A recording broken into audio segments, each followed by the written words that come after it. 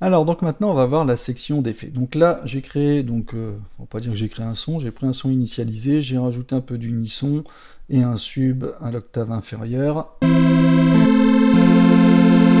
Voilà, pour avoir la section d'effets qui se trouve ici. Alors vous voyez qu'ici on a 10 modules d'effets qui sont rangés les uns en dessous des autres, que l'on peut déplacer en fait comme on veut.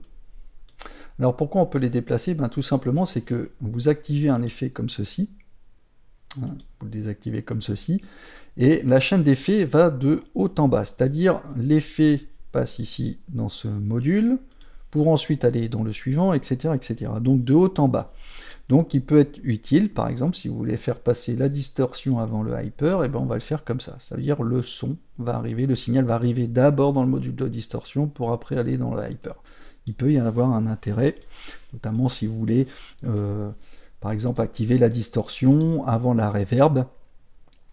C'est en général ce qu'on fait, mais vous pouvez décider de faire l'inverse si vous souhaitez. Vous trouverez, donc vous allumez le module comme ceci, vous pouvez le désactiver comme ceci, de façon à travailler sur d'autres et écouter avec un comparatif A et B avec effet et sans effet. Ça peut être pratique. Vous avez sur l'ensemble des modules sauf l'EQ, sur tous les modules, vous avez un bouton mix qui vous permet de doser le signal non traité jusqu'au signal à 100% traité par l'effet. Donc vous l'avez sur tous les modules sauf sur les modules d'EQ, puisque effectivement il n'y a pas d'intérêt. Comment ça se passe?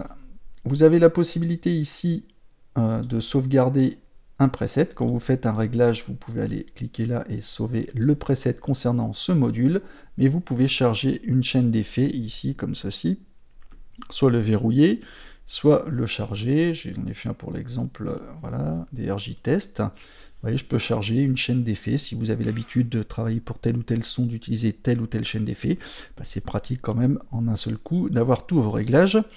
Et j'en ai créé un aussi par défaut qui revient sur les réglages par défaut, tout simplement.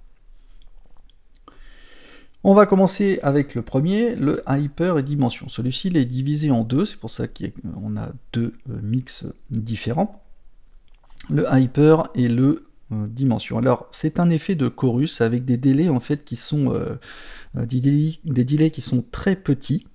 Et vous avez le retrig lui qui permet donc de remettre à zéro en fait toutes les voix à chaque nouvelle note qui seront jouées, avec un petit décalage de ton pour faire justement ce qu'on appelle un effet laser ou un effet zap.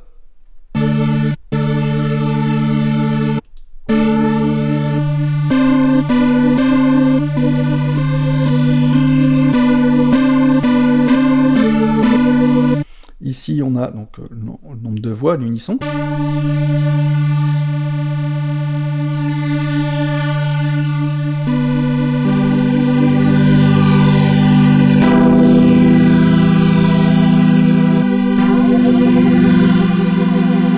Donc on entend bien hein, l'effet, cet effet de chorus. Ici, on a dimension. Dimension, c'est un pseudo, on va dire, effet stéréo, qui est fait en fait sur 4 lignes de delay qui sont modulées en amplitude pour donner du mouvement. Vous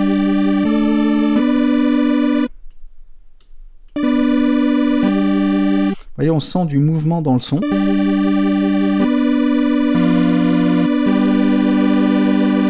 Et ça, il se définit la quantité de temps de delay.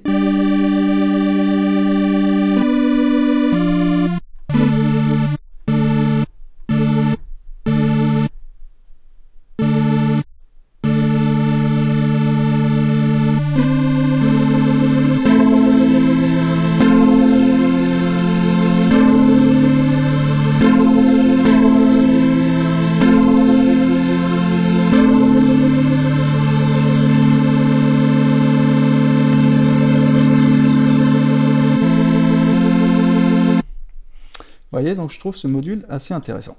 Ensuite, on a le module de distorsion. Donc un module qui gère la distorsion, forcément, avec un bouton de drive qui va Alors, je sais pas si j'ai le show.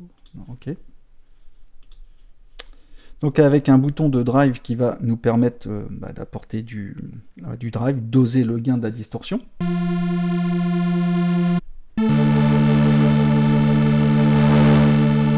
Vous avez un petit picto ici qui vous montre aussi la déformation de l'onde.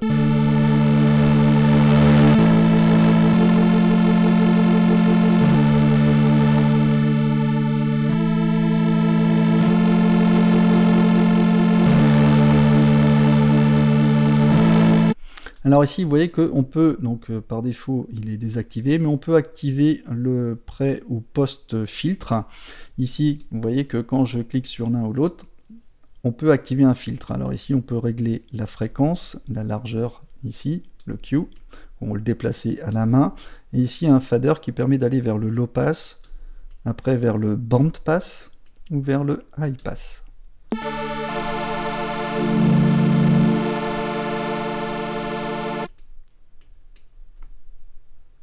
Je vais mettre à 0.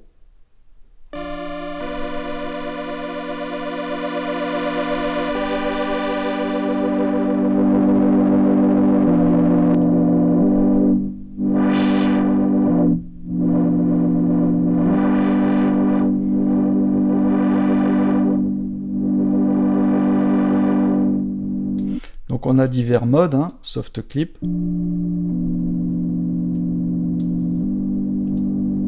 Vous voyez les pictogrammes, donc je vais désactiver le filtre.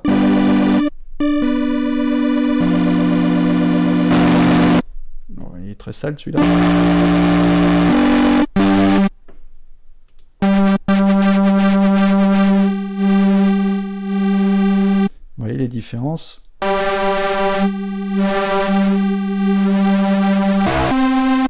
Là on peut doser, bien évidemment, on n'est pas obligé d'aller comme un bourrin. Hein.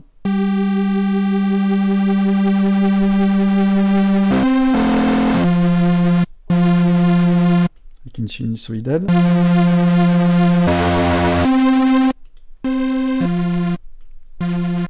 Ah, les trucs qui font mal. Hein.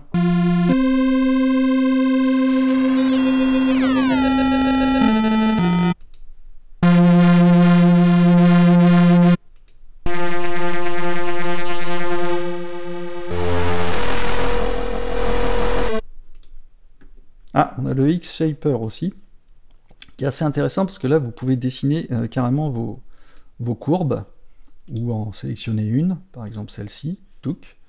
J'ai utilisé celle-ci pour la gauche, et une autre, par exemple, je pourrais sidechain comme ça sur la droite. Et qu'est-ce qu'il va faire, c'est, vous voyez que je vais utiliser les propriétés de ce que j'ai dessiné, ou de ce que j'ai chargé en preset, pour affecter mon shape.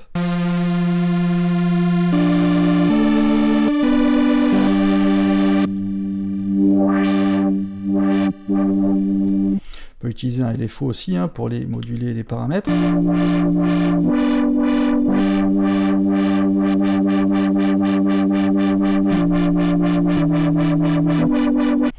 peut aller le mettre là, je sais pas si ça va faire quelque chose, mais... Non, c'est pas très utile.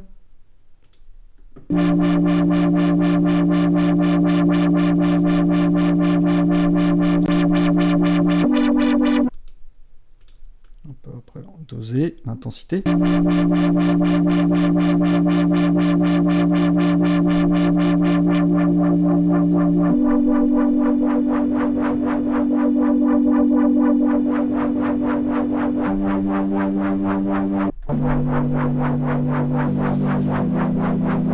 Ouais, on a un son intéressant, hein, rien qu'avec des modulations en plus. Enfin, ouais. Donc distorsion avec pareil, possibilité de sauvegarder votre preset. Alors, le flanger. Donc le flanger, c'est un effet d'addition du signal d'origine qui est légèrement retardé. On peut le synchroniser ici au BPM, au tempo de la session.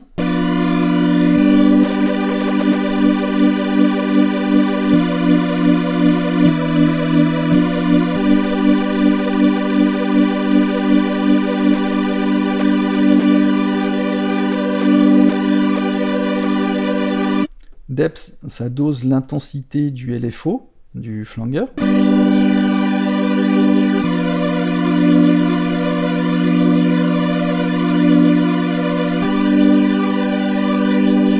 accentue l'effet avec le feedback.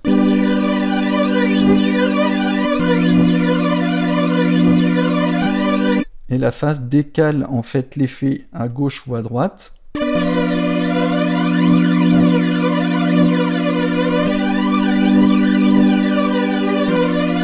À 0, on a la même fréquence à gauche et à droite.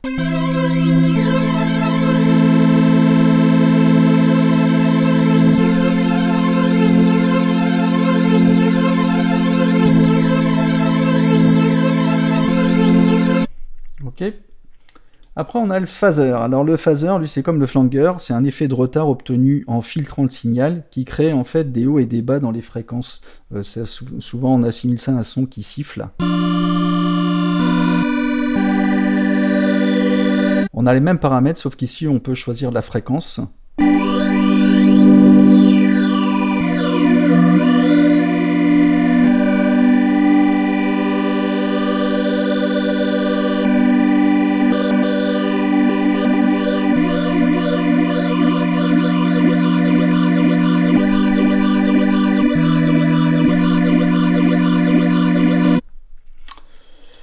Ensuite, on a l'effet de chorus. Donc lui, c'est un effet qui multiplie les voix et les différencie au niveau des délais. Avec par exemple le délai 1, c'est-à-dire qu'en fait, on va définir le temps de retard entre le signal, le temps de retard en millisecondes entre le signal sec et la première paire de voix, et ici entre le signal sec et la deuxième paire de voix.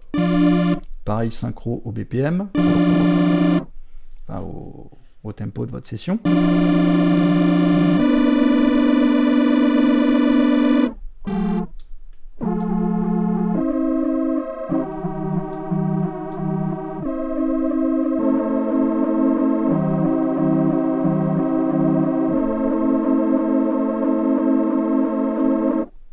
Ici, donc, on a combien de temps de retard modulé par le LFO du chorus.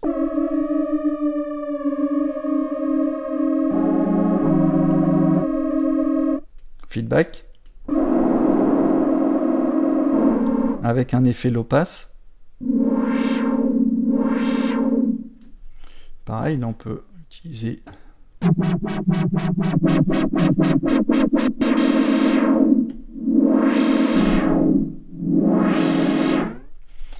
etc., etc. Après, on a le delay, donc là c'est un effet qui décale le signal dans le temps, hein, sur la gauche et la droite, avec donc un mode ici, donc on peut régler indépendamment, gauche-droite, donc sur le mode normal.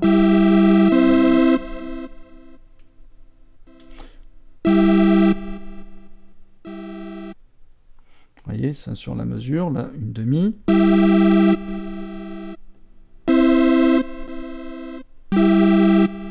On peut les lier pour qu'ils aient la même valeur. Même valeur à gauche et droite, ou des liés.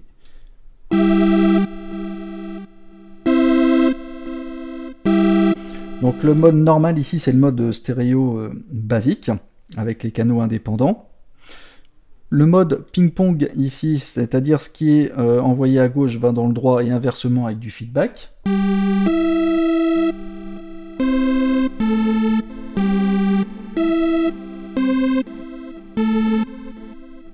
Et ici, on a, avec le tap et delay, on a deux retards. En fait, le tap qui est le déclencheur à gauche et le delay qui est le delay normal à droite sans feedback.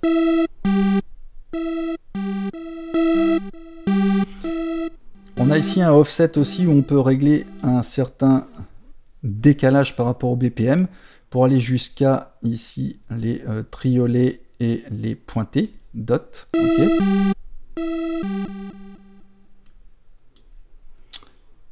Voilà. Donc ici on peut jouer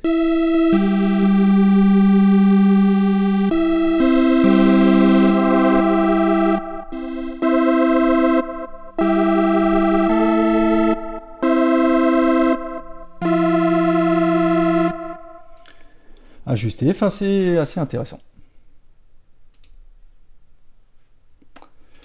Ensuite, on a le compresseur, donc c'est un compresseur classique avec un seuil. Donc je vous invite à aller consulter mon tuto sur les compresseurs en haut à droite de cette vidéo. Je vous explique tout en long, en large et en travers ce que vous pouvez faire. C'est ici, on a un mode standard avec le mode standard avec la réduction de gain qui est appliquée.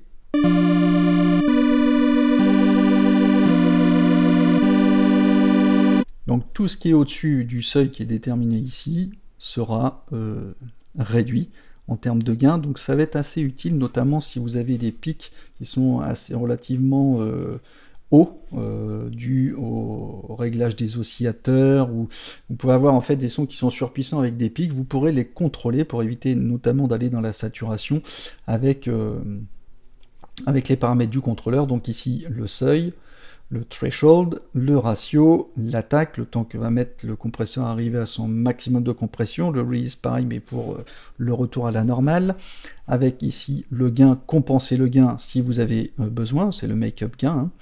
Et ici vous pouvez activer le multiband, ce qui va être intéressant parce que vous pourrez le faire, vous voyez, sur les low, les medium et les high. D'ailleurs vous pouvez également moduler des paramètres ici, par exemple, sur le low.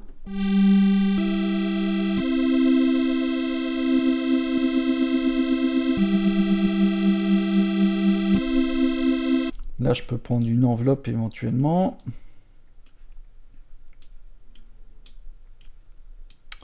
Toc, utiliser cette enveloppe pour aller voilà, sur les mids. Je peux prendre un autre LFO ici, comme ceci, que je vais utiliser pour les high. Vous voyez, on peut vraiment personnaliser tout ce qu'on veut. Donc ensuite, vous avez la reverb. Donc c'est une reverb en plaque, type plaque, qui est modifiée du tal reverb, avec donc ici la size, donc qui est la grandeur de la pièce.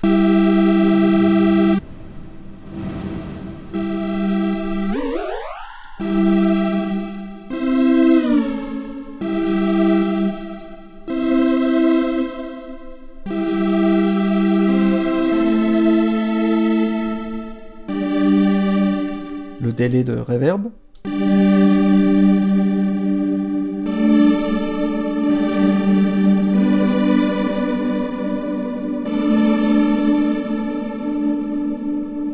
Avec un low cut et un high cut pour délimiter en fait l'effet dans le champ de fréquence.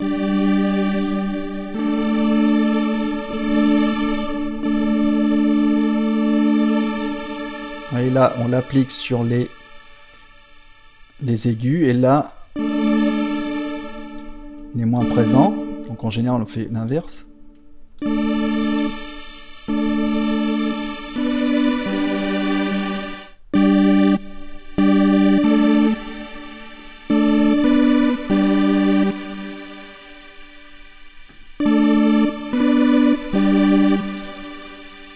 Ici, on va pouvoir donner du mouvement avec le spin, c'est-à-dire avec la vitesse et la profondeur.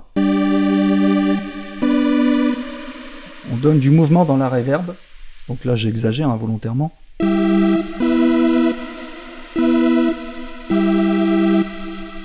Regardez, avec rien.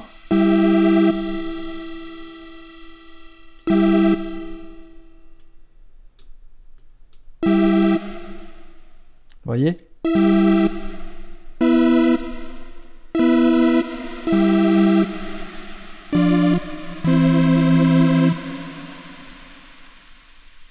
Donc assez intéressant. Après, on a un EQ ici, avec la possibilité donc régler les bandes, donc en plateau. Ici, bande, et ici en low.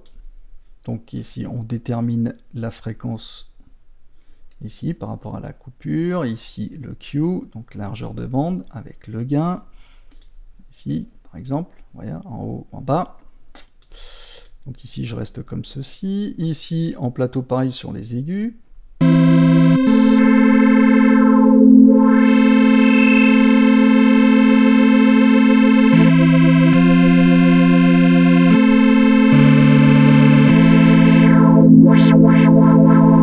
Tiens, on peut peut faire un petit effet, tiens par exemple on va prendre celui-ci, avec Shift, clic, on va aller faire un petit effet gate.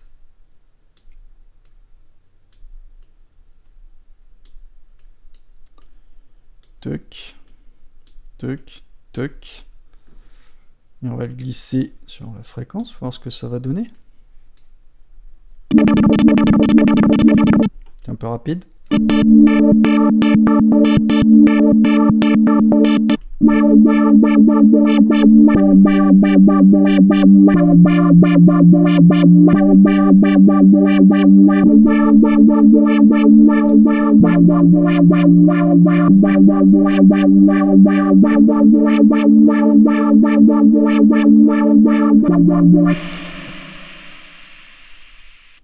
Vous voyez, on peut faire mumuse très longtemps. Et ici, on a un filtre, donc il reprend exactement les mêmes éléments qu'on avait dans la section filtre, avec les mêmes dossiers qu'on peut utiliser directement en tant que module, avec le paramètre cutoff, résonance, le drive. Ici, un bouton variable qui va dépendre de votre... voilà, du paramètre du mode que vous sélectionnez, ici sur les fréquences, là ça peut être, voilà, c'est un bouton en variable avec panoramique et le mix. Voilà, bon ben c'en est tout pour la section de filtre, hein. Je l'ai passé assez rapidement, de façon à ce que vous puissiez déjà savoir à peu près à quoi ça correspond. Après c'est à vous d'expérimenter et notamment d'utiliser des modulateurs sur chacun des paramètres, parce qu'on peut l'utiliser ici, mais aussi on peut l'utiliser ici sur tous les modules. Voilà, bon ben c'en est tout, je vous donne rendez-vous pour la vidéo suivante. À bientôt, ciao ciao.